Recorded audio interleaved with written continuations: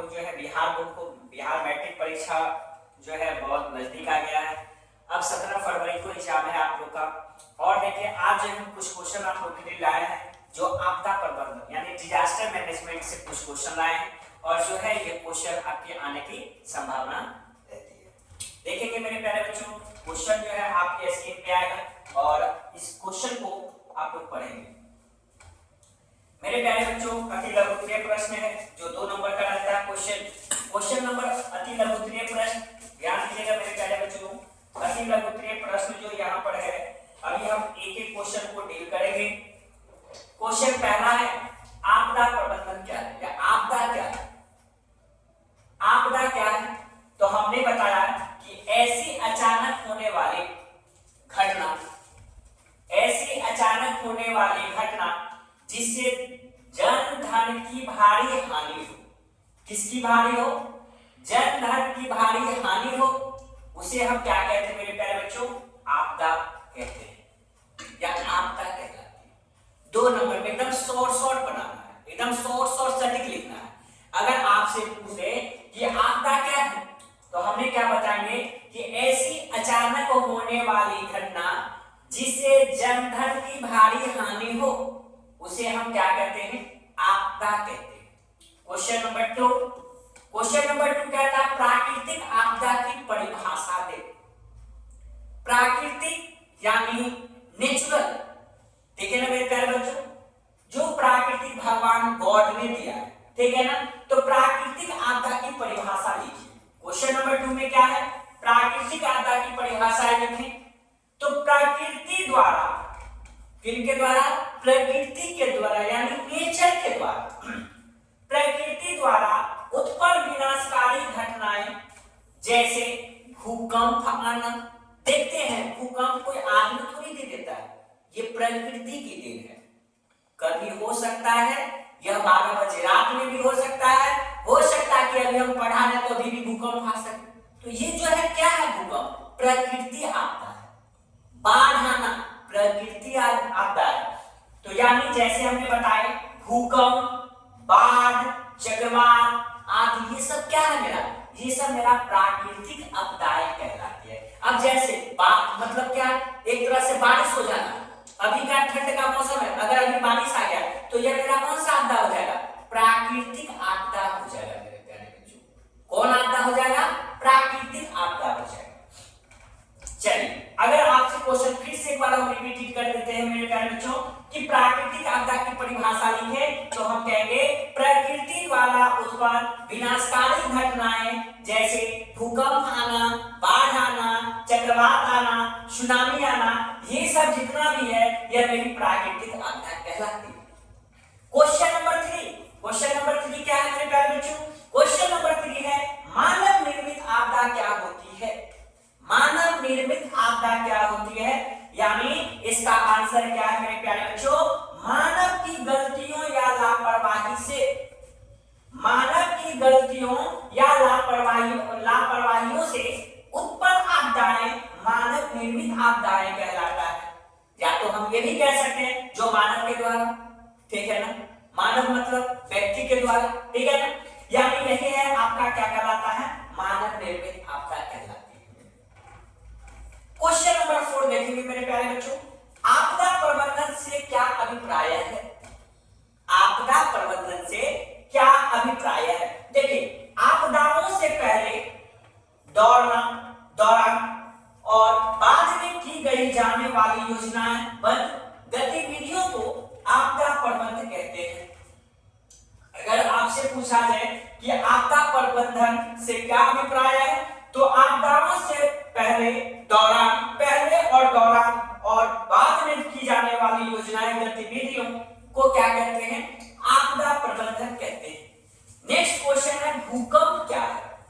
मेरे प्यारे बच्चों भूकंप क्या है? देखिए पृथ्वी की सतह में अचानक होने वाले कंपन क्या कहलाती है? भूकंप कहलाती है। अगर आपसे पूछे कि भूकंप किसे कहते हैं तो पृथ्वी की सतह में अचानक होने वाले कंपन को हम लोग क्या कहते हैं? भूकंप कहते हैं। एक और कहते हैं भूकंप क्या कहते हैं? जब 2 प्लेट आपस में जब टकराती है, जब कंपन उत्पन्न करता है तो उसे हम भूकंप कहते हैं। ये भी आप लिख सकते हैं मेरे प्यारे बच्चों। भूकंप के बारे में समझ गए। एक तो कह सकते हैं पृथ्वी की सतह से जो अचानक होने वाले कंपन को क्या कहते हैं, भूकंप कहते हैं। या हम ये भी लिख सकते हैं कि जब दो प्लेट आपस में जब टकराती है, जब कंपन उत्पन्न होता है, तो उसे हम क्या कहते हैं, भूकंप कहते हैं। चलिए मेरे प्यारे बच्चों नेक्स्ट क्वेश्चन देखेंगे, सुनामी क्या है। समुद्र के भीतर भूकंप, समुद्र के भीतर भूकंप या ज्वालामुखी से उत्पन्न विशाल लहरों को क्या कहते हैं, सुनामी कहते हैं। विशाल लहरों का मतलब बहुत तेज हवा, ठीक है ना। जब बहुत तेज हवा ज्वालामुखी से जब उत्पन्न विशाल लहर जब उत्पन्न होती है, तो उसी को हम लोग क्या कहते हैं, सुनामी कहते हैं। अगर आपसे पूछ दे कि सुनामी किसे कहते हैं, तो समुद्र के भीतर भूकंप या ज्वालामुखी से उत्पन्न विशाल लहरों को सुनामी कहते हैं। मेरे प्यारे बच्चों क्वेश्चन 6 तक अभी हम क्या कर दिए, सॉल्व करवा दिए। अब नेक्स्ट क्वेश्चन आपका, अब देखिए क्वेश्चन नंबर नेक्स्ट है आपका 7, चक्रवात किसे कहते हैं। क्या है, चक्रवात किसे कहते हैं। तो तेज हवा और भारी वर्षा के साथ आने वाले तूफान को क्या कहते हैं, चक्रवात कहते हैं। एक और आम भाषा में समझ लीजिए मेरे प्यारे बच्चों, अगर आपसे पूछ दिया जाए कि चक्रवात किसे कहते हैं, तो तेज हवा और तेज बारिश, ठीक है ना, भारी वर्षा के साथ जो मतलब जो है हमारे तूफान को हम लोग क्या कहते हैं, चक्रवात कहते हैं। ठीक है मेरे प्यारे बच्चों, क्वेश्चन नंबर क्या है नेक्स्ट, क्वेश्चन नंबर 8 में है, यानी बाढ़ क्या है। बाढ़ जानते हैं ना, बाढ़ किसको बोलते हैं, कब आता है बाढ़, भादो, सावन भादो, ठीक है ना। बाढ़ क्या है, जब जल का स्तर सामान्य से अधिक हो जाए और भूमि डूब जाए, उसे हम क्या कहते हैं, बाढ़ कहते हैं। अगर आपसे पूछ दिया जाए कि बाढ़ किसे कहते हैं, जब जल का स्तर सामान्य से अधिक हो जाए और भूमि जब डूब जाए, यानी जमीन जब डूब जाए, उसे हम क्या कहते हैं, बाढ़ कहते हैं। क्वेश्चन नंबर 9 है, सूखा किसे कहते हैं, सुखाड़, ठीक है ना। सूखा किसे कहते हैं, तो लंबे समय तक वर्षा न होने की स्थिति को सुखाड़ कहते हैं या सूखा कहते हैं। अगर आपसे पूछा जाए सुखाड़ किसे कहते हैं, तो लंबे समय तक, ठीक है मेरे प्यारे बच्चों, लंबे समय तक वर्षा न होने की स्थिति को हम लोग क्या कहते हैं, सुखाड़ कहते हैं या सूखा कहते हैं। नेक्स्ट क्वेश्चन, क्वेश्चन नंबर 10 में है कि महामारी क्या होती है। महामारी जो है ये क्या होता है, रोग होता है, ठीक है ना। महामारी क्या होती है, देखिए हमने आंसर में लिखा कि जब कोई रोग बड़े क्षेत्र में तेजी से फैल जाए, उसे हम क्या कहते हैं, महामारी कहते हैं। कभी कभी एक एग्जांपल में सोचे होंगे, मतलब सुने होंगे कुछ दिन पहले, जब मुर्गा को सब स्वाइन फ्लू हो जाता था, मुर्गा उस समय क्या था, मुर्गा के हवा से भी क्या होता, महामारी हो जाता है। जैसे कभी कभी दे देता है कि 1 किलो मुर्गा पर आधा किलो प्याज जो है फ्री दे देता है, उसके साथ साथ एक 5 रुपए वाला गरम मसाला भी फ्री, ठीक है ना। तो याद रखिएगा कि महामारी क्या होती है, तो जब कोई रोग बड़े क्षेत्र में तेजी से फैल जाए, उसे हम क्या कहते हैं, महामारी कहते हैं। अब मेरे प्यारे बच्चों देखेंगे, अब जो है आपका क्वेश्चन अब आपका है लघु उत्तरीय प्रश्न। कौन उत्तरीय प्रश्न है, लघु उत्तरीय प्रश्न। क्वेश्चन नंबर 1 है लघु उत्तरीय में, प्राकृतिक आपदाओं के कोई 4 उदाहरण दे।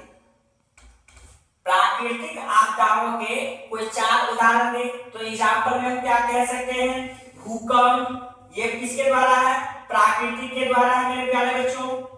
भूकंप जो है प्राकृतिक आपदा है, बाढ़ मेरा क्या है, प्राकृतिक आपदा है, चक्रवात मेरा क्या है, प्राकृतिक आपदा है, सूखा या सूखा मेरा क्या है, प्राकृतिक आपदा है। ये चारों जो है मेरा वो प्राकृतिक आपदा है। अगर आपको नोट्स में दे दे कि प्राकृतिक आपदाओं के कोई 4 उदाहरण दे, तो प्राकृतिक आपदाओं के निम्न 4 उदाहरणों के बारे में लिखना है। भूकंप होता है, बाढ़ होता है, चक्रवात होता है, सुखाड़ होता है, ठीक है मेरे प्यारे बच्चों। Next question,